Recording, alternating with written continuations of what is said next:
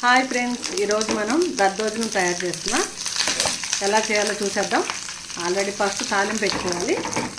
చూసారుగా, ఎండుమిర్చి, శనగపప్పు, మినపప్పు, ఆవాలు, జీలకర్ర, కరివేపాకు, మిరియాలు వేసుకోవాలి.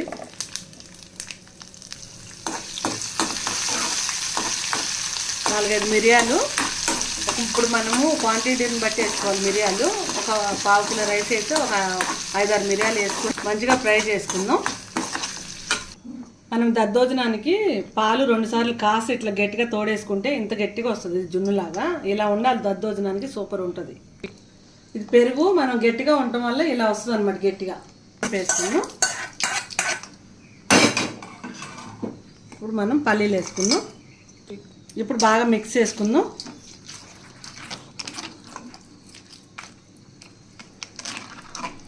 మీకు కూడా నోరు ఊరుతుందా? వచ్చేయండి, తినే